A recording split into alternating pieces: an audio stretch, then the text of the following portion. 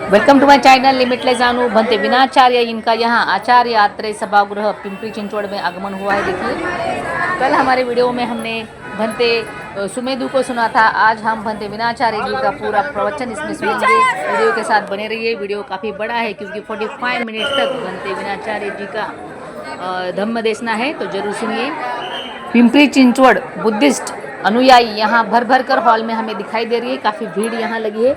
हर कोई कैमरे में ये क्षण कैद करना चाहता है। नमो तस्से भगवतो अरहतो सम्मा संबुद्धस्से। सरिताताई वासनिक, ताराबाई बोरकर, निर्मलाताई वालकर, सरिताताई वासनिक, तारा बोरकर। मंच पर विराजमान सभी भिक्षु, पूरे भिक्षु संघ को यहाँ सत्कारित किया गया। पुष्प देकर उनका स्वागत किया गया। भंते धम्मानंद येरवडा उपासकांचा सत्कार राहिलेला आहे, त्यांचा सत्कार त्यांच्या जागेवरच करण्यात येईल अशी मी त्यांना विनंती करते। महाबोधी महाविहार मुक्ती आंदोलनाचे आपल्या या कार्यक्रमाची प्रास्ताविका थोडक्यात आदरणीय महाबोधी महाविहार मुक्त संग्राम या कार्यक्रमांतर्गत आपल्या पिंपरी चिंचवड शहरामधून आपल्या पिंपरी चिंचवड शहराचा या संघर्षाला पाठिंबा देण्यासाठी मी इथे विचार मंचावर माननीय अनिल सूर्यवंशी सर यांना निमंत्रित करते। इस समारोह में प्रास्ताविक हुआ, आंदोलन को समर्थन हुआ, लेकिन हमें मेन तो सुनना है भंते विनाचार्य इनको, इसलिए हम आगे बढ़ते हैं वीडियो में। अचानक प्रोग्राम में यानी लाइट चली गई है, तो सभी ने अपने टॉर्च जलाकर बीटी एक्ट के खिलाफ नारे लगाए।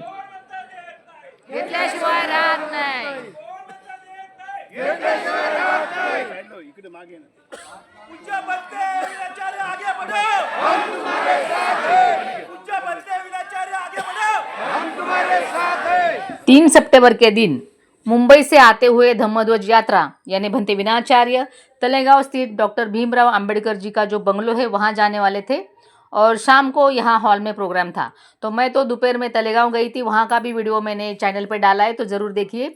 और मेरी माँ जो मेरे साथ में बैठी है वो दोपहर 2 बजे यहाँ पहुँची है, और तब से लेकर वो मुझे फ़ोन कर रही थी, भंते कहाँ तक आए हैं, तलेगांव पहुँचे क्या, ऐसे। और मुझसे पहले यहाँ पहुँची।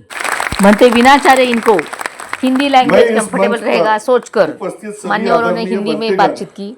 मान्यवरों को पिंपरी चिंचवड़ शहर और आसपास के सभी गांवों के बौद्धों की तरफ से आश्वासित करता हूं कि हम बीटी एक्ट 1949 रद्द कराने और महाबोधि विहार बौद्धों के नियंत्रण में लाने के पक्ष में हैं, और हम पूरी तरह से तन मन धन से इस आंदोलन में सहयोग देने का निश्चय करते हैं। मी व्यक्त केलेला हा प्रज्ञा शील आणि करुणा यांचे उद्गाते, मनुष्य प्राण्यांचे शास्ता, दुःखमुक्तीचे मार्गदाता, तथागत सम्यक संबुद्ध, तथागतांनी शिकवलेला सद्धम्म, त्या सद्धम्माचा प्रचार प्रसार करणे। भंते दीपंकर सुमेधु यहाँ मंच पर उपस्थित है। उन्होंने बहुमूल्य जो देशना दी वो मैंने अलग से वीडियो में डाली है, भाग 1 में, तो वो जरूर देखिए पूरा वीडियो। भंते सुमेधु अपने संभाषण में उन्होंने आंदोलन के अनेक पहलू उजागर किए और सिंहावलोकन होना जरूरी है ऐसे भी कहा। साथ ही उन्होंने ये भी कहा कि भंते विनाचार्य और स्वयं वो यूपी से है। इस ऐतिहासिक आंदोलन के ऐतिहासिक सूचना है यानी सेनानी भंते विनाचार्य, इनको सुनने के लिए यहाँ इतनी भीड़ हुई है कि पूरा गाड़ी का पार्किंग फुल हो चुका है। MH 1721 आदरणीय पूजनीय भंते विनाचार्य यांचं प्रवचन ऐकण्यासाठी ही जेवढी गर्दी जमलेली आहे त्यांचं प्रवचन आता आपण ऐकणार आहोत। आदरणीय भंते पूजनीय भंते विनाचार्य यांचं प्रवचन, आणि ते आपल्याला धम्मदेशना देणार आहे। भंते विनाचार्य इन्हें सुनने के लिए सभी बेताब थे, और वो पावन घड़ी आई और भंते देशना के लिए अभी खड़े हुए हैं। धम्मध्वज यात्रा का जो मेरा पहला वाला वीडियो है भंते सुमेधु का, उसमें जो टेक्निकल प्रॉब्लम आपको दिखाई देंगे वो इसी वजह से वो प्रॉब्लम यहाँ खत्म हुआ है। देखिए ये जो पोडियम है वो सामने लाया गया, जब वो बंदे बात कर रहे थे तब ये चीज़ नहीं थी, इसीलिए मेरा वीडियो तो काफी बिगड़ा हुआ है। लेकिन उनकी धम्म देशना हम सुन पाए, इसीलिए मैंने वो ऐसे ही पब्लिश किया है। ठीक है। महाकारुणिक सम्यक संबुद्ध परम पूज्य बाबा साहब डॉक्टर अम्बेडकर। जैसे ही विनाचार्य जी ने माइक लिया फिर से एक बार लाइट गई। लामा जी के शब्दों में ये एक मार सेना है। अच्छे कार्यों में जो रुकावटें आती है वो मार सेना की मार है, ऐसे वो कहते हैं। सम्राट अशोक भारत भूमि पे जन्मे सभी संत महापुरुषों को वंदन करते हुए मंच पे उपस्थित पूजनीय भिक्खु संघ को सादर वंदनामी करते हुए और आप महाबोधि महाविहार मुक्ति के लिए अटूट विश्वास उम्मीद लेकर बैठे 134 साल की प्रतीक्षा आज भी आपके दिलों में वो लोह जल रही है कि हम तब तक ये आंदोलन जारी रखेंगे जब तक महाबोधि महाविहार मुक्त नहीं हो जाएगा। हम आखिरी सांस तक महाबोधि महाविहार को मुक्त करने के लिए ये आंदोलन चलाते रहेंगे। आप सभी श्रद्धावान उपासक उपासिकाओं को जय भीम, नमो बुद्धाय। जैसा कि आपको 12 फरवरी 2025 से मालूम है कि पूरे भारत में महाबोधि महाविहार मुक्ति के लिए आंदोलन शुरू हुआ और ये आंदोलन बुद्ध विहार को लेके नहीं। जब हम बौद्ध गया में थे तो कुछ हमारे ही साथी दिल्ली और दिल्ली के आसपास के लोग कहते थे कि भंते जी महाबोधि महाविहार से भी बड़ा विहार बना लेंगे हम। क्यों लड़ाई लड़ रहे हो, क्यों संघर्ष कर रहे हो, क्यों उलझ रहे हो उन लोगों से? महाबोधि महाविहार से बहुत बड़ा विहार बना सकते हैं।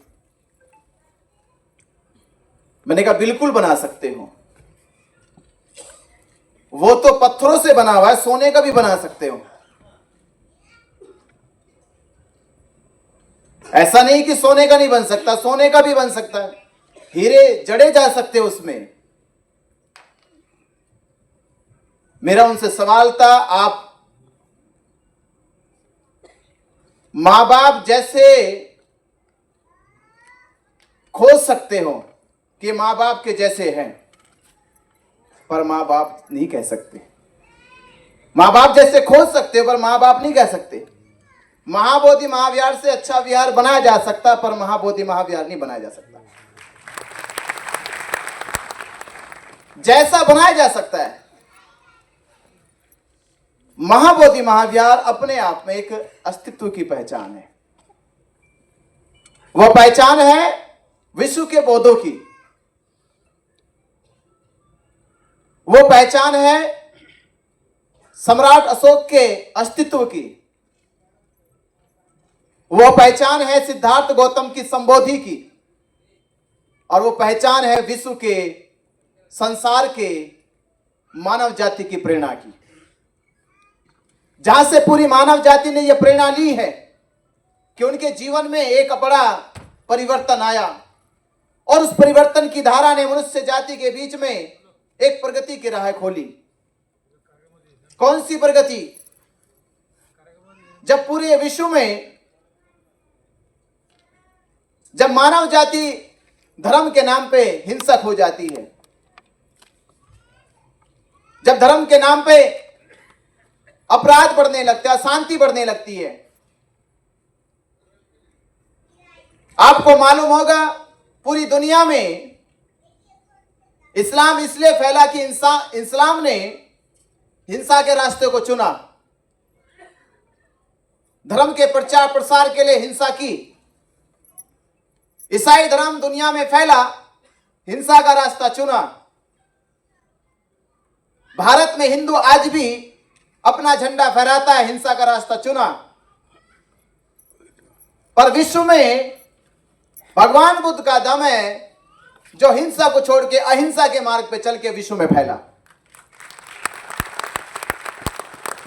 तो जब पूरे विश्व में धर्म के नाम पे अशांति अधर्म फैलता है तो पूरी मानव जाति कहती है कि बुद्ध के धम्म में शांति है और वो शांति का केंद्र है महाबोधि महाविहार बोध गया।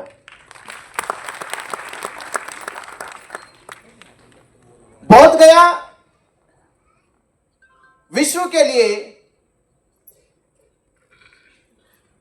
एक वैश्विक धरोहर है, एक पहचान है विश्व की। विश्व में मक्का मदीना पहचान नहीं है विश्व की, वो इस्लाम धर्म की पहचान हो सकती है।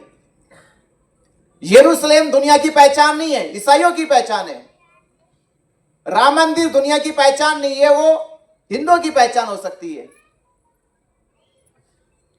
सिख गुरुद्वारा अमृतसर विश्व की पहचान नहीं, सिखों की पहचान है।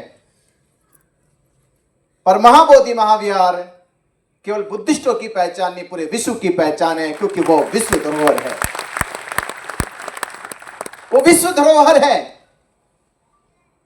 कि विश्व को प्रेरणा मिली वहां से कि किस तरह से एक राजा का पुत्र सिद्धार्थ 29 साल की आयु में यह कहकर घर छोड़ देता है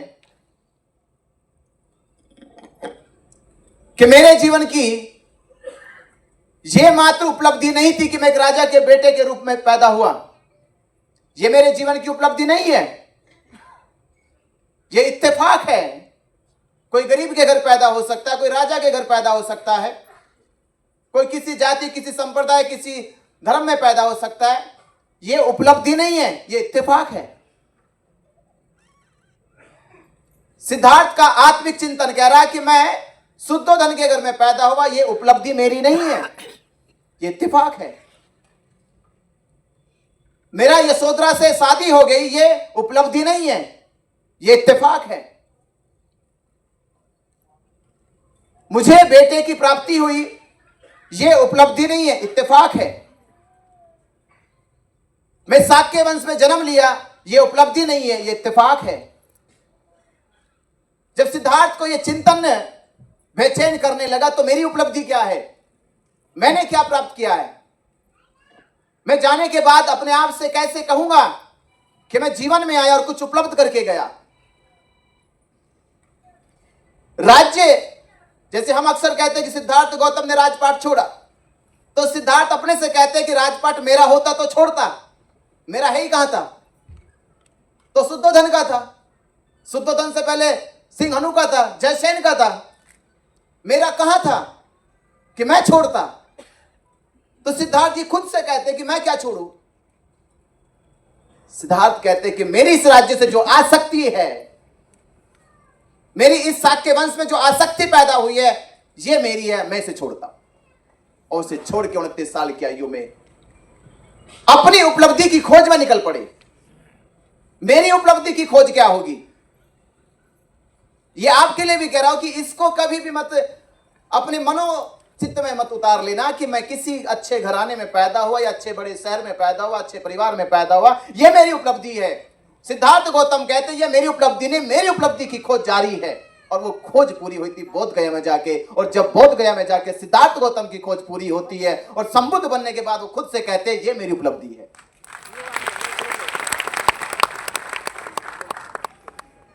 तब राज्य भी नहीं है, तब पिता का नाम भी नहीं है, पत्नी भी साथ नहीं है, बच्चा भी नहीं है, शाक्य वंश का एक भी सदस्य साथ नहीं है। फिर भी सिद्धार्थ गौतम बुद्ध बनने के बाद कहते हैं मेरी उपलब्धि है, ये मैं बोध प्राप्त करा, ये मेरी उपलब्धि है।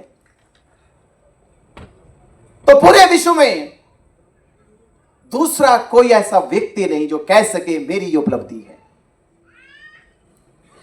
लोगों ने कहा कि मैं इससे ताल्लुक रखता हूं, मैं उससे ताल्लुक रखता हूं, पर बुद्ध ने कभी नहीं कहा कि मैं इससे ताल्लुक रखता हूं। बुद्ध कह रहा है ये मेरा आत्मिक अनुभव है, मैं खुद से ताल्लुक रखता हूं।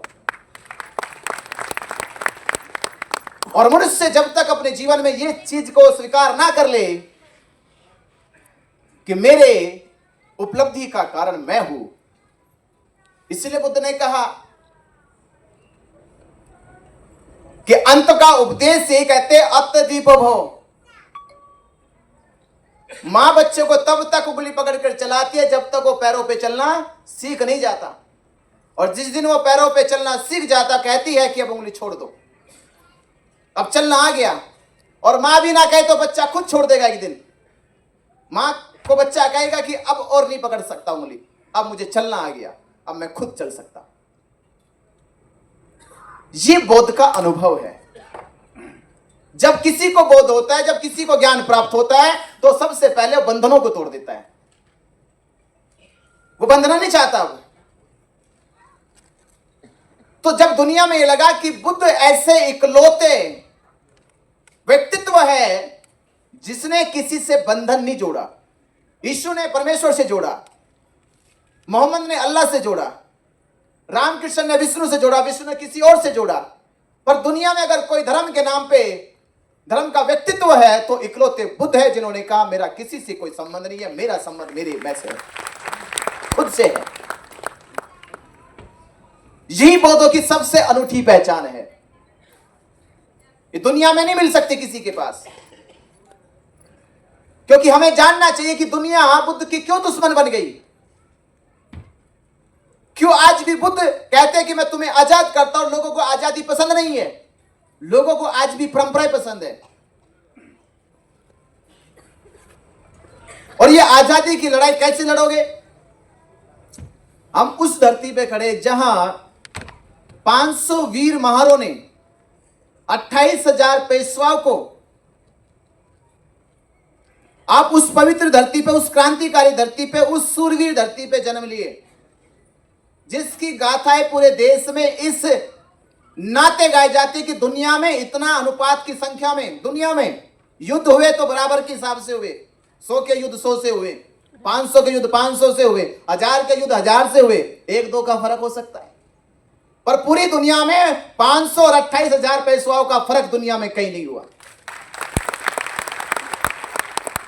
मात्र 500 महारों ने, क्योंकि उस समय सिद्धनाथ ने ये एक चीज कही थी। एक कहानी है उसी संबंध में कि एक राज्य पे जैसे महारों के ऊपर लंबे समय से पेशवाओं का शासन चला रहा था। कब से चला रहा था? अहिल्याबाई होलकर के समय से। अहिल्याबाई होलकर का हत्या की गई, अहिल्याबाई होलकर के बेटे यशवंतराव होलकर की हत्या की गई। उसके बाद से पुणे शहर में पेशवाओं का राज स्थापित हुआ। उस लड़ाई को लड़ते लड़ते कई बार महारों ने हार मानी, पर आखिर में जब अंग्रेजों के शासन और अंग्रेजों ने एक प्रस्ताव रखा कि अगर स्वाभिमान की जिंदगी जीना चाहते हो, अगर गुलामी से जीना चाहते हो, जुल्म अत्याचार सहन करते जीना चाहते हो तो जियो, अगर सम्मान से जीना चाहते हो तो हमारे साथ हाथ मिला लो। हम आपको लड़ने का वो शस्त्र देंगे और वो ट्रेनिंग देंगे जिससे युद्ध लड़ा जा सकता है। सिद्धनाथ ने सम्मान और स्वाभिमान की लड़ाई लड़ने के लिए अपने साथियों से बात की और साथियों ने कहा हम युद्ध लड़ेंगे। और युद्ध में कहानी है कि एक इसी प्रकार जैसे महारों के ऊपर लंबे समय से अत्याचार जुल्म पेशवाओं द्वारा किया जा रहा था, तो एक गांव को सताया गया। उस गांव के भी एक सेनापति ने कहा कि जो ये राजा है ये बहुत क्रूर है, अत्याचारी है, जुल्मी है, इसने अत्याचार की हदें पार कर दी और हदें पार कर दी, अब बर्दाश्त से बाहर है, इसका जवाब देना चाहिए, मुंह तोड़ जवाब देना चाहिए। उन्होंने मात्र केवल अपने 100 सैनिकों के साथ उस क्रूर राजा के मुकाबले को स्वीकार किया। और वो राजा किसी एक नदी के पार रहता था। वो 100 सैनिक चल पड़े, बोले कि वो नदी पार करके हमारे राज्य में आए और युद्ध लड़े। हम ऐसा करते, सुबह सुबह हम लोग अपनी नाव से नदी पार करके उसके यहां चलते हैं। और 100 सैनिक नाव में बैठे और नदी पार करके उस क्रूर जुल्मी राजा को सबक सिखाने के लिए पहुंच गए। उन्हें ख्याल नहीं था कि राजा की सेना 100 नहीं, 1000 नहीं, 10,000 की सेना थी। वो नदी पार करी। उनके सेनापति को तो मालूम था कि सेना 100 नहीं, 1000 नहीं, 10,000 की सेना है और 100 सैनिक 10,000 से कैसे लड़ेंगे। तो जब नदी पार की गई, नदी पार करने के बाद सबसे पहले उसने नाव को बांधने के बजाय नाव को नदियों में खुला छोड़ दिया और नाव नदी में बह गई। सैनिकों ने देखा तो अपने सेनापति से कहा कि आपने ये क्या किया, हम वापस कैसे जाएंगे। तो सेनापति कहता वापस जाना भी कौन चाहता है, वापस जाना भी कौन चाहता है। जब आगे बढ़ ही गए हैं अब पीछे जाने की सोचो भी मत। संघर्ष की लड़ाई में, परिवर्तन की लड़ाई में जब आगे कदम बढ़ जाते फिर पीछे की सोचा नहीं जाता, फिर आगे बढ़ो। सिद्धार्थ एक बार निकल गए तो निकल गए, एक बार कदम आगे बढ़ गए तो बढ़ गए। सैनिक हैरान हुए, उन्होंने कहा उसकी सेना 10,000 है, कैसे लड़ेंगे। उसने कहा लड़को, अब तो लड़ के मरो या भाग के पीछे डूब के मरो, अब तो मरना ही मरना है।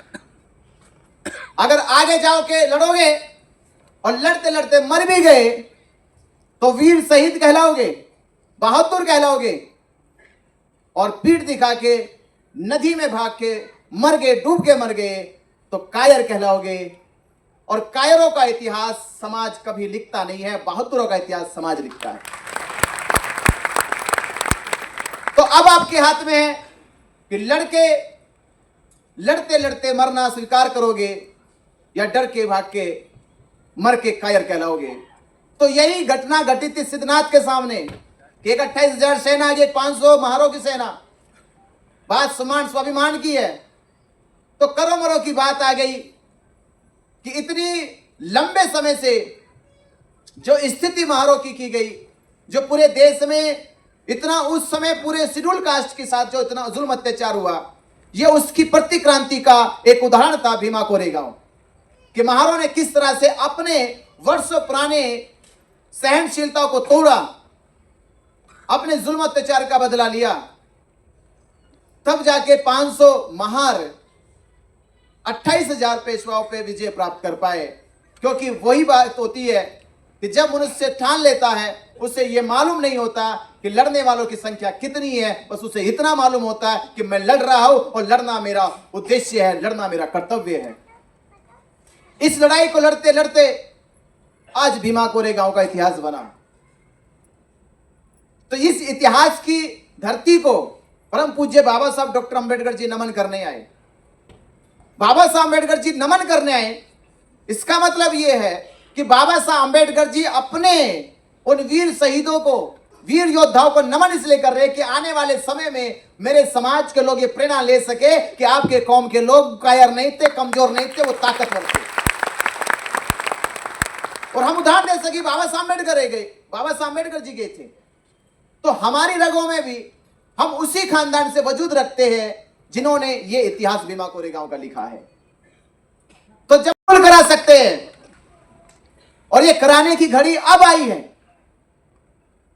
भंती जी कह के गई कि शुरू में हमारा आंदोलन इसलिए कमजोर हो गया कि अनागारी धमपाल जी को यहां की कुछ सामंत और मनोवादी संस्थाओं ने यह कहकर समाज में भ्रम पैदा किया कि वो श्रीलंका से आए और श्रीलंका से आके भारत के बौद्ध और हिंदुओं के बीच में विवाद पैदा कराना चाहते हैं। तो भारत के उस समय भोले भाले हमारे बौद्ध समाज और बुद्ध में आस्था रखने वाले लोगों में वो भ्रम पैदा हुआ और आंदोलन को ज्यादा गति नहीं मिली।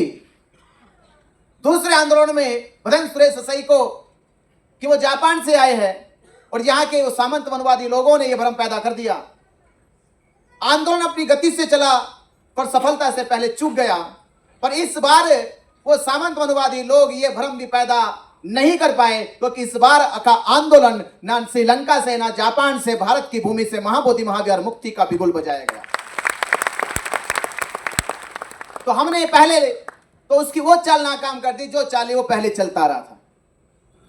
और दूसरी चालें ये जिसे मैं कहता हूं कि बाबा साहब डॉक्टर अंबेडकर जी ने अपने जीवन के 40 साल के संघर्षों में जितनी भी लड़ाई लड़ी वो एक भी लड़ाई नहीं हारे। तो हम बाबा साहब अंबेडकर के बच्चे हैं, हम ये लड़ाई कैसे हार जाएंगे?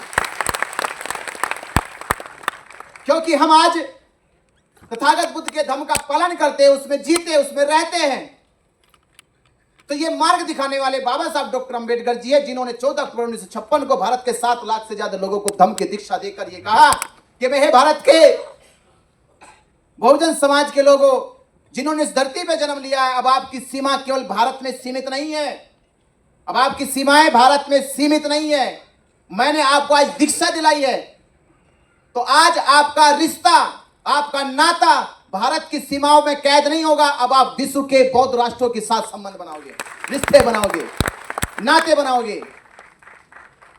इतनी बड़ी पहचान, जिनको दबा के रखा, जिनको निकलने पे मजबूर, बाहर निकलने पे रोक लगा दी गई, बाबा साहब अम्बेडकर ने कहा कि मैं आपको विश्व के स्तर पे लेके जाऊंगा। तो विश्व स्तर की वो पहचान महाबोधि महाविहार। जब विश्व के लोगों को यह पूछा जाता है कि भारत में तुम्हें कौन बुलाता है, भारत में आपको कौन बुलाता है, अल्लाह बुलाता है, वो कहते नहीं, अल्लाह नहीं बुलाते, यहां अल्लाह तो मक्का मदीना बुलाते, यीशु मसीह बुलाते हैं। बोले यीशु मसीह भारत में नहीं बुलाते, वो तो यरूशलेम में बुलाते हैं। भारत में राम या कृष्ण बुलाते हैं, बोलते उनको हम जानते नहीं। तो भारत में कौन बुलाता है आपको? तो कहते भारत में जिसको पूरी दुनिया जानती है, जिसको दुनिया जानकर भारत में आती है, उस भारत की पवित्र भूमि में केवल एक ही तो जन्मा है, तथागत बुद्ध, वो हमको बुलाते हैं। तो भारत ऐसी धरती है, अगर जिस धरती पर अगर विश्व वंदन करने के लिए आता है तो वो पहचान है तथागत बुद्ध की, बोध गया भूमि, केवल बोध गया भूमि। और पूरे विश्व की पहचान है, पूरे विश्व में दुर्लभ दूसरी कोई पहचान नहीं है, ये इकलौती पहचान है। इस इकलौती पहचान ने पूरे विश्व को यह कह दिया कि बोध गया केवल बुद्धिस्टों का महाबोधि महाविहार नहीं है, दुनिया के बुद्धिस्टों का केवल महाबोधि महाविहार नहीं है, बल्कि पूरे विश्व का विश्व धरोहर महाबोधि महाविहार है, ये बता दिया। तो ये संदेश जब पूरे विश्व में चला गया, और आज की तारीख में जब हम देखते हैं कि पूरा विश्व जब बोध गया आता है, तो जिस ख्वाब को, जिस सपने को लेकर आता है कि बुद्ध की वो पावन धरती जिस पे सिद्धार्थ गौतम को ज्ञान प्राप्त हुआ, वहां शांति होगी, वहां साधना की जा सकती है, वहां वो एहसास होगा जिस एहसास को सिद्धार्थ गौतम ने जिया है, जिस एहसास में सिद्धार्थ गौतम बुद्ध बने हैं, वो एहसास मुझे बोध गया की धरती पे जाकर मिलेगा। पर वो नहीं मिला, क्योंकि पंडे पुरोहितों ने वहां कब्जा कर लिया। और पंडे पुरोहितों के कब्जे को कानूनी गारंटी देने के लिए सरकार ने 6 जुलाई 1949 को बीटी एक्ट नाम का कानून बना दिया। ये 76 सालों से ये धांधला, ये सरकार और पंडे पुरोहितों के साथ का जो घालमेल है, बौद्धों की आस्था और अस्मिता को लूटने का जो खेल चल रहा है, ये 76 सालों से आज तक बौद्ध समाज ये केवल यही इंतजार कर रहा था कि बौद्ध समाज में वो चेतना पैदा होगी, वो चेतना पैदा होगी और एकजुटता पैदा होगी और महाबोधि महाविहार मुक्त कराया जाएगा। तो आज हम उसी की प्रतीक्षा को पूरा करने में लगे हुए हैं कि 134 साल से हम जो प्रतीक्षा कर रहे हैं कि 134 साल से महाबोधि महाविहार मुक्त नहीं हुआ, तो मैं इससे ज्यादा अफसोस नहीं मानता। तब मैं ये कहता हूं, हो सकता है कि इस समय की पीढ़ी को महाबोधि महाविहार की मुक्ति के लिए, हो सकता है 134 साल पहले जो आंदोलन किए गए उनको ना चुना गया हो सकता है महाबोधि महाविहार की मुक्ति के लिए इस पीढ़ी के लोगों को चुना गया हो कि आपके हाथों ही महाबोधि महाविहार मुक्त होगा। ये मानते हो? कितने मानते हो? तो ये मानते हो तो अपने आप पे फक्र करो कि आपको इतने महान पवित्र कार्य के लिए चुना गया, जिस कार्य की नींव सम्राट अशोक ने रखी है। इतने बड़े काम के लिए चुना गया आपको, आपका जीवन धन्य हो गया। आप मरते मरते कह सकते हो कि आज मैं ऐसी मौत मर रहा हूं जैसी मौत को बुद्ध ने स्वीकार किया था, कि मैंने कोई अब कसर नहीं छोड़ी है। मैं 45 साल जीवन जिया, और 45 साल के बाद जब बुद्ध कहते हैं कि मुझे अब इस धरती पे महापरिनिर्वाण प्राप्त करना है, और महापरिनिर्वाण प्राप्ति के उस लम्हा को, उस समय को बुद्ध अपने में कह रहे कि अगर मनुष्य मृत्यु के समय, श्वास छोड़ने के समय, अगर उससे छोटा सा भी कष्ट हो जाए, थोड़ी सी पीड़ा हो जाए, इसका मतलब है कि वो मनुष्य महापरिनिर्वाण नहीं, कष्टों को भोग रहा है। तो आपके जीवन में जब ये वक्त आएगा, ये लम्हा आएगा, ये समय आएगा, तो आप खुद से कह सको कि मेरी एक इच्छा समाज की इच्छा, ये विश्व की सबसे बड़ी इच्छा थी महाबोधि महाविहार की मुक्ति। मैं उस मुक्ति को देख के इस संसार से जा रहा हूं। अब ये कैसे वो खुद से, तो बुद्ध काल में हमारा जन्म नहीं हुआ, ये अफसोस रहा हमें। बुद्ध की बात नहीं सुनी, ये अफसोस रहा हमें। बुद्ध को नहीं देखा आंखों से, ये अफसोस रहा हमें। पर बुद्ध को जहां ज्ञान प्राप्त हुआ, उसकी मुक्ति का हमें आंदोलन मिला, ये हमारे गर्व की बात है, ये फक्र की बात है हमें, कि कम से कम हमें वो आंदोलन तो मिला जिस धरती पे सिद्धार्थ गौतम को ज्ञान प्राप्त हुआ। तो आप लोग इस पीढ़ी के सबसे महान व्यक्ति हो, इस पीढ़ी के, अभी तक इस पूरे इतिहास के सबसे महान व्यक्ति हो। और मैं तो कह रहा हूं पूरे बौद्ध समाज से कि बौद्धों की संख्या भारत में अभी तक काउंट नहीं की गई। भारत में जितने भी धर्म के नाम पे मोर्चे निकले, आंदोलन हुए, वो लाखों में चले गए, लाखों लाखों की संख्या में निकाले गए। और छोटे छोटे आंदोलन, एक आंदोलन का मैं जिक्र करता हूं जिनकी संख्या हमारे से भी कम है, जैनियों का। पिछले आज से करीब लगता 3-4 साल पहले समेत शिखर आंदोलन शुरू हुआ था। आदिवासियों का दावा था कि समेत शिखर आदिवासियों का, जैनियों ने कहा कि नहीं, वहां हमारे तीर्थंकरों ने महापरिनिर्वाण प्राप्त किया है, वो जैनियों का है। और जिस जैन मुनि ने, दिगंबर जैन मुनि ने जिसने वस्त्र तक त्याग दे, वो सभी दिगंबर जैन मुनि सड़कों पे आकर हजारों लाखों उपासकों के साथ समेत शिखर की मुक्ति का आंदोलन चला रहे थे, पूरे देश का जैन मुनि। तो आज वही जरूरत है कि भारत का भिक्षुओं के जीवन में, बौद्धों के जीवन में इससे बड़ा आंदोलन, इससे बड़ा लक्ष्य और क्या हो सकता है कि उन्हें महाबोधि महाविहार मुक्ति का आंदोलन मिला हो। इससे बड़ा और क्या आंदोलन होगा, इससे बड़े जीवन का और चर्या क्या होगी। तो हमें हर पल, हर लम्हा, हर वक्त ये सोचना चाहिए कि महाबोधि महाविहार मुक्ति के लिए मेरे से, मेरे द्वारा क्या किया जा सकता है जिससे महाबोधि महाविहार मुक्त हो जाए। महाबोधि महाविहार मुक्त होगा तो आपके घरों में आपके बच्चे जब बड़े होंगे, वो सर उठा के ये कह सके कि जब लोग उनसे पूछेंगे कि आप किस परिवार से ताल्लुक रखते हो, आप किस खानदान से ताल्लुक रखते हो, तो वो ये फक्र से कह सके कि मैं उस परिवार से ताल्लुक रखता हूं जिन्होंने महाबोधि महाविहार मुक्ति का आंदोलन चलाया है। वो ये कह सके, कम से कम ये प्रेरणा तो दे सके कि मेरे परिवार के लोग, मेरे समाज के लोग, जब मुक्ति का आंदोलन चल रहा था, वो हाथ पे हाथ रख के नहीं बैठे थे, वो शामिल थे, सहभाग कर रहे थे, सहयोग कर रहे थे और आंदोलन की कड़ी बनकर मजबूती से उसे लड़ने का काम कर रहे थे। आप सोचिए, सुजाता ने केवल खीर खिलाई थी, वो आज भी बुद्ध के साथ अमर है। सुजाता का नाम हटाया नहीं जा सकता। तो आप हजारों लाखों लोग हैं, जब महाबोधि महाविहार मुक्त हो जाएगा तो आपकी गाथा भी आपके गांव, मोहल्ले और शहरों में गाई जाएगी कि वही लोग हैं जिन्होंने महाबोधि मुक्ति का आंदोलन चलाया है। तो हमें यह प्रयास करना चाहिए कि हमने देखा धरना चला 90 दिन करीब, और 90 दिन के बाद प्रशासन ने झूठे मुकदमे लगाकर जेल भेजने का काम किया। 68 दिन की जेल काटी। जेल काटने के जब जेल में हम गए 2 दिन के बाद पता चला कि प्रशासन ने वहां से धरना हटा दिया है। प्रशासन अपने षड्यंत्र में सफल हुआ। सरकार को लगने लगा कि अब धरना खत्म हो गया, महाबोधि महाविहार की मांग खत्म हो गई, अब कोई नहीं कहेगा कि बीटी एक्ट रद्द करो। पर तथागत बुद्ध ने कहा था कि हे संघो, आप जिस धर्म के प्रचार संदेश को लेकर जा रहे हो ये बहुत कठिन है करना, बहुत मुसीबतें आएगी। तो संघ कहता है क्या मुसीबत आएगी शास्त्रा?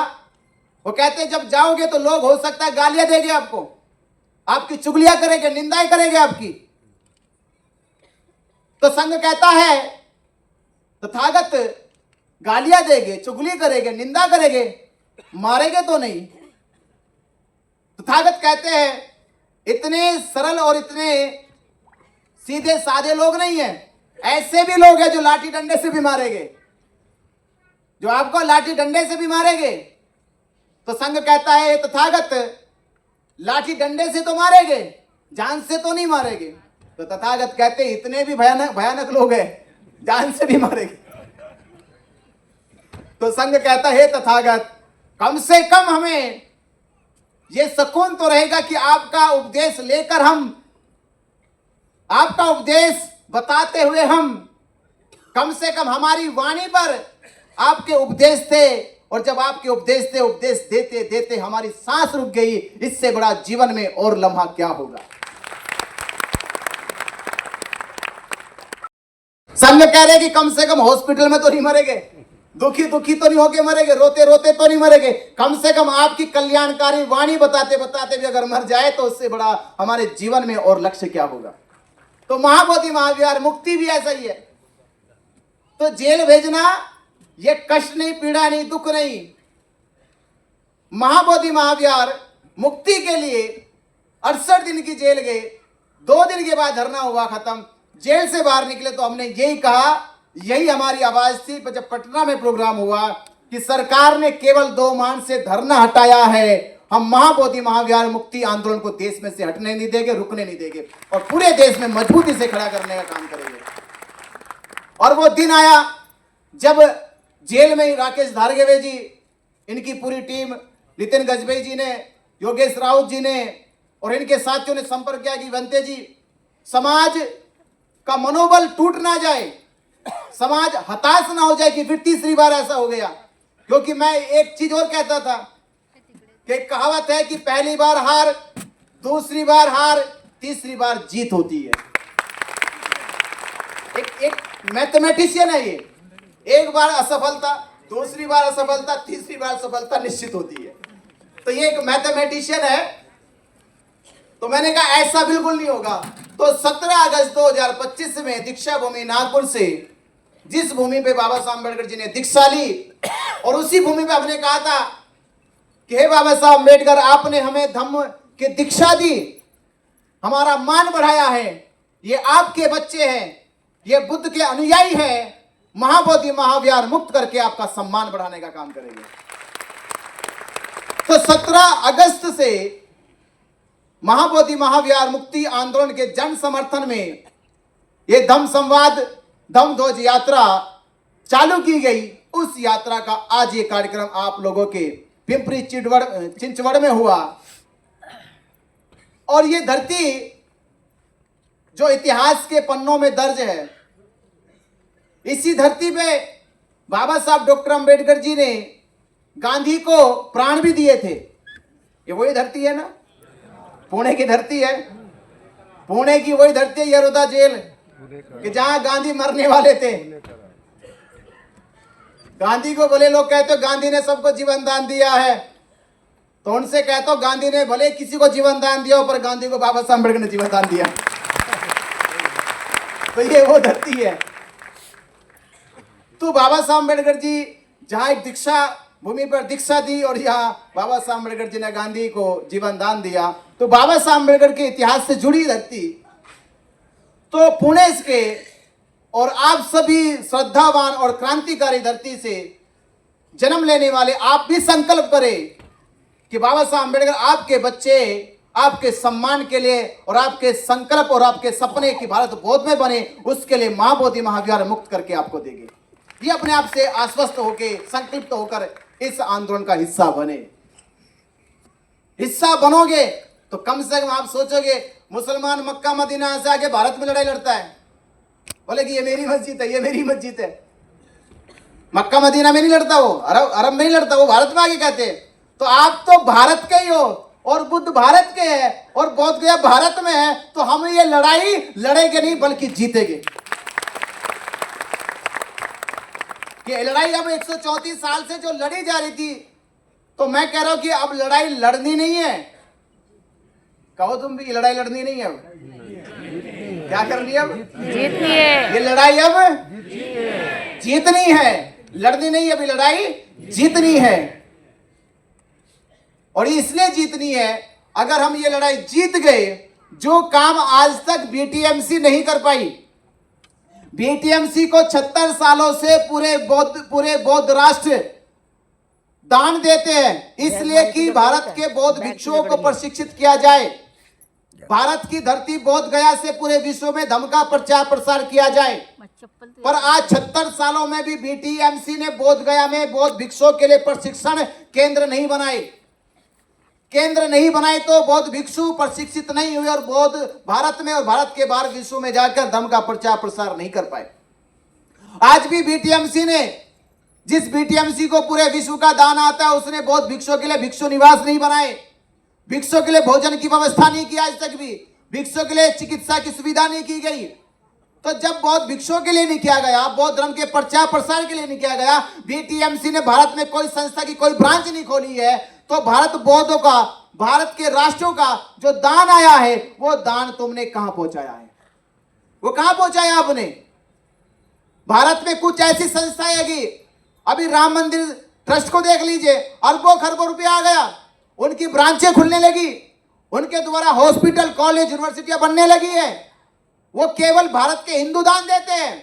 शिरडी साई में तिरुपति बालाजी की कई अनेकों ब्रांचें हैं, अनेकों हॉस्पिटल है, कॉलेज है, यूनिवर्सिटी है, जिनको केवल भारत के हिंदू दान देते हैं। महाबोधि महाविहार को केवल भारत के बुद्धिस्ट नहीं, पूरे विश्व के बुद्धिस्ट दान देते हैं। तो विश्व के बुद्धिस्टों का दान कहां गया? आपने स्कूल तक नहीं खोला, कॉलेज तक नहीं खोला, यूनिवर्सिटी तक नहीं बनाई, हॉस्पिटल नहीं बनाए, ब्रांच नहीं खोली, क्योंकि अगर ये सब खुल जाते तो भारत में बौद्धों की दशा और स्थिति बदल जाती। भारत की बौद्धों की स्थिति ना बदले, इसलिए बीटीएमसी ने आज तक 76 सालों में महाबोधि महाविहार की आड़ में बौद्धों की अस्मिता और उनके इतिहास के साथ खिलवाड़ करने का काम किया। अगर हम इस आंदोलन को मजबूती से लड़के बीटी एक्ट रद्द करा देंगे, पंडित पुरोहितों से महाबोधि महाविहार मुक्त करा देंगे, तो आप भविष्य के आने वाले समय में दुनिया का सबसे बड़ा बौद्ध भिक्षु का प्रशिक्षण केंद्र बोध गया में खोल सकते हैं, सबसे बड़ा।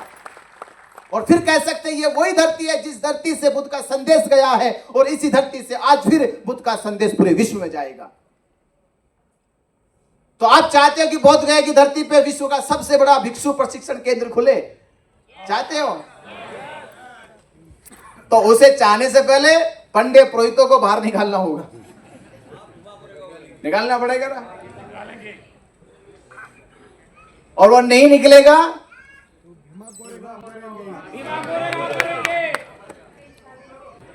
देखिए, सरकार है उनकी साथ, और सरकार ने कानून बनाया बीटी एक्ट, और बीटी एक्ट है बिहार के मुख्यमंत्री के पास, और मुख्यमंत्री है मोदी के पास। समझ रहे बात? तो ये है एक्ट किसके पास है? नीतीश के पास, और नीतीश है मोदी के पास। तो समाज मजबूती से लड़ाई लड़े, ताकत से लड़ाई लड़े और सिद्ध कर दे। हमने जब 17 अगस्त को यात्रा शुरू की गई तो उसमें कहा था कि ये यात्रा का उद्देश्य है भारत के बुद्धिस्टों को जागरूक करना और एकजुट करना। 2 काम करने बस, हमें तीसरा काम नहीं करना, 2 काम करने।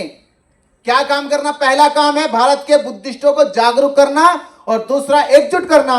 और जब हम भारत के बुद्धिस्टों को एकजुट कर लेंगे तो फिर हम ये दोहराएंगे, जब राम मंदिर का फैसला सुनाया गया तो सुप्रीम कोर्ट ने कहा कि राम मंदिर के पक्ष में भले ही कोई भी अवशेष ना मिले हो, कोई सबूत ना मिले हो, कोई साक्ष्य ना मिले हो, फिर भी भारत के करोड़ों हिंदुओं की आस्था और भावनाओं के आधार पर राम मंदिर का फैसला हिंदुओं को दिया जाता है।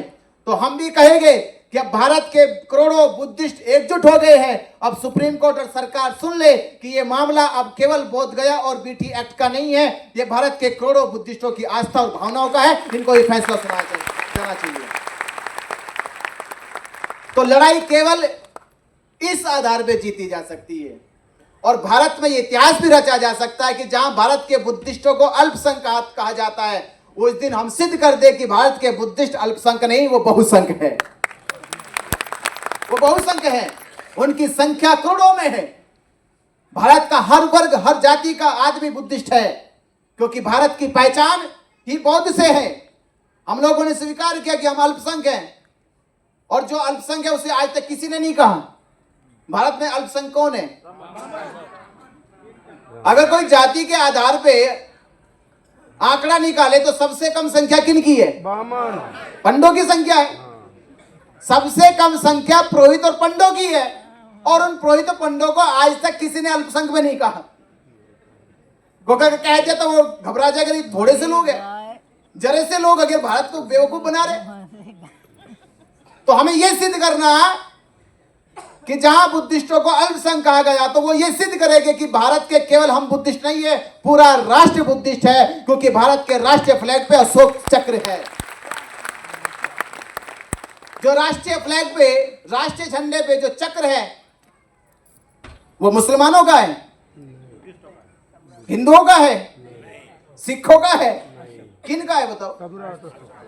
वो बौद्ध धर्म की पहचान है। राष्ट्रीय ध्वज पर जो चक्र बना है वो बौद्धों का है। जो 100 के 200 के 500 के नोट चलाते हो, इस पे जो अशोक लाट है वो हिंदुओं की है, मुसलमानों की है, किन की है? बौद्धों की है। तो जिससे लेन देन करते हो, खर्चे चलाते हो, वो पहचान भी बौद्धों की है। भारत में सर्वोच्च सम्मान भारत रत्न की जो आकृति है पीपल के पत्ते की, वो किनकी पहचान है? बौद्धों की पहचान है। अरे जब भारत की आइडेंटिटी बौद्धों की है तो राष्ट्र बौद्धों का हो गया। और हमें कहते हम अल्पसंख्यक हैं, क्योंकि पंडित पुरोहितों को कोई अल्पसंख्यक ना कह दे, इसलिए पहले बौद्धों को अल्पसंख्यक, जैनियों को अल्पसंख्यक, मुसलमानों को अल्पसंख्यक, ईसाइयों को अल्पसंख्यक, कि लोगों का ध्यान उधर चला जाए। पर यह ध्यान अब जाने वाला नहीं, अब लोग समझ के अल्पसंख्यक पंडित पुरोहित है। तो हमें भारत में एकजुट होना है। इस एकजुट की मुहिम को 12 फरवरी 2026 तक पूरा करना है। एक साल इस आंदोलन को हो जाएंगे। आने वाली 12 फरवरी को एक स्थान, एक तारीख पर एकजुट होकर भारत करोड़ों की संख्या में एकजुट होकर और महाबोधि महाविहार मुक्त करेंगे। रोज रोज नहीं होना, 100 दिन नहीं होना, एक दिन होना बस। एक दिन की ताकत अभी मराठों ने आरक्षण पे दिखाई ना अपनी। वो 4 महीने से 6 महीने से नहीं बैठे, साल भर से नहीं बैठे, वो 4 दिन बैठे और 4 दिन में नहीं चांदनी बना दी उन्होंने अपनी। चांदी कट गई उनकी तो, क्योंकि उन्होंने शक्ति इकट्ठा करी, अपनी ताकत इकट्ठा करके दिखाई। तो वही मैं आपसे कह रहा हूं, हम अभी से मनोज जरंगी ने, वो आज का आंदोलन नहीं, वो 4-5 महीने से तैयारी कर रहे थे, 5-4 महीने से तैयारी में लगे पड़े थे। तैयारी करो और एक ही दिन जाके हल्ला बोलेगे मुंबई में। तो आज हम भी शुरू 17 अगस्त से चालू तैयारी कर दी है और आने वाली 12 फरवरी 2026 तक पूरे देश में घूम घूम के बौद्धों को जागरूक और एकजुट करेंगे और आने वाली 12 फरवरी में दिखाएंगे कि भारत के बुद्धिस्ट लाखों में नहीं, अब करोड़ों में है। वही तारीख होगी महाबोधि महाविहार की मुक्ति की तारीख। तो उस तारीख तक हम सबको मेहनत करना है, संघर्ष करना है, लोगों को जागरूक करना है, एकजुट करना है। आपने मेरी बात को सुना और इस कार्यक्रम को आयोजित करने वाले सभी सम्मानित मेरे बहुत ही करीबी और यहाँ तक पहुँचाने वाले हमारे धनंजय वेद जी, जो गोंदिया से चल के लगातार 2-3 दिन यहाँ पे रहे और आप आयोजकों से बातचीत की, मिलिंद कुमार रणदिवे जी, संजय उबाले जी, अनिल सूर्यवंशी जी, सुनील वासनिक जी, राजू मौर्य जी, प्रताप सोनवगाने जी। पूरे 45 मिनट्स भंते विनाचार्य इन्होंने महाबोधि मुक्ति आंदोलन की सफलता की सीढ़ियां मजबूत की। उन्होंने पिंपरी चिंचवड़ पुणे शहर को ऐतिहासिक शहर बताते हुए, पुणे जिले का इतिहास बताते हुए, उन्होंने भीमा कोरेगांव, एरवाड़ा जेल, पुणे करार इतिहास दोहराते हुए उपासकों में एक नई ऊर्जा भर दी। 135 सालों का ये महाबोधि मुक्ति संग्राम इस पीढ़ी के हाथों विजयी होगा, ऐसा ये बहुमोल संदेश, एक कान मंत्र उन्होंने उपासकों को दिया। भंते विनाचार्य इन्होंने भंते ज्ञान ज्योति की अध्यक्षता में 17 अगस्त से धम्म ध्वज यात्रा का प्रारंभ किया है। उसका उद्देश्य है भारतीय बौद्ध समाज में जागृति पैदा हो और उस जागृति से एकजुट होकर महाबोधि का लढा जाए। बोलण्यामध्ये राहून गेलेला आहे। हे आंदोलन बऱ्याच दिवसापासून या ठिकाणी ही जनयात्रा सुरू आहे आणि आपल्या सर्वांना यामध्ये सर्वांची भावना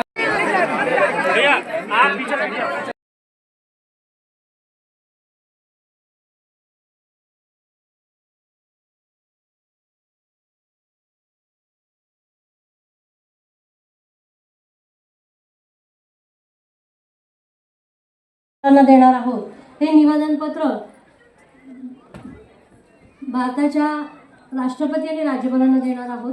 ते निवेदनपत्र आपण विनाचार्य भंतेजींना देणार आहोत. त्यासाठी मी संजय बनसोडे सर, पोपट Bhalerao sir, Shahaji Kamble sir, Sudhir Kadlak sir आणि प्रबोध साळवी सर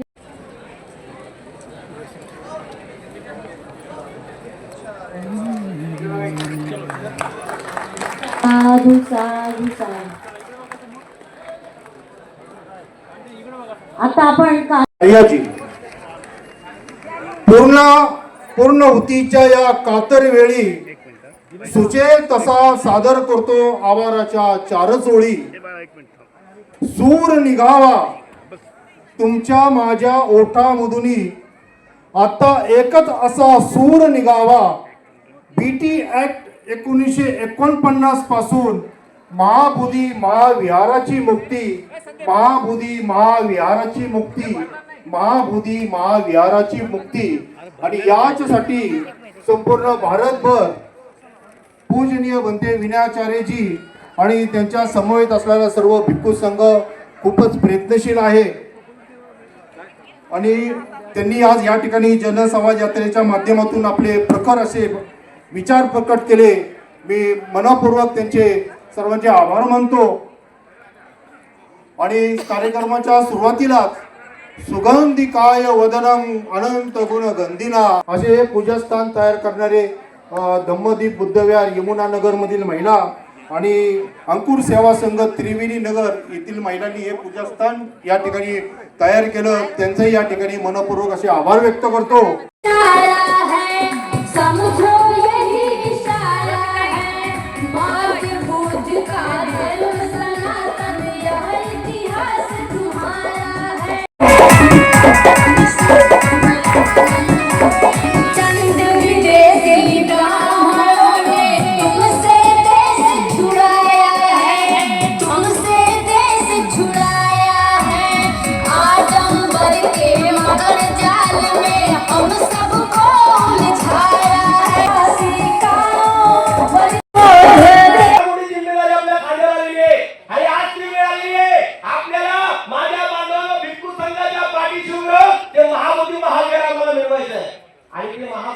विहार मिळवण्यासाठी आम्हाला काय करावं लागेल? काय करावं लागेल? या महाबोधी विहारातून आम्हाला पोंगा पंडितांची वरात काढून ते महाबोधी विहार मुक्त करायचे आणि आम्हाला भिक्खू संघाच्या ताब्यात द्यायचे. म्हणून तर म्हणायला माझ्या बांधवांनो काय, अरे या भारतातील बुद्ध धम्म, या भारतातील बुद्ध धम्म आणि अरे महाबोधी विहारातून काढू शेंडीवाल्यांची वरात, महाबोधी विहारातून काढू शेंडीवाल्यांची वरात. जे लोक टाळ्या वाजवत आहेत ते वरात काढायला तयार आहे. जे वाजवत नाही त्यांची वरात आम्ही काढायची का आता? अरे कोण कोण वरात काढणार आहे शेंडीवाल्यांची? जरा हात वर करा. ज्यांना ज्यांना 2 हात आहेत त्यांनी 2 हात वर करा. ज्यांना ज्यांना 1 हात आहे त्यांनी 1 हात वर करा.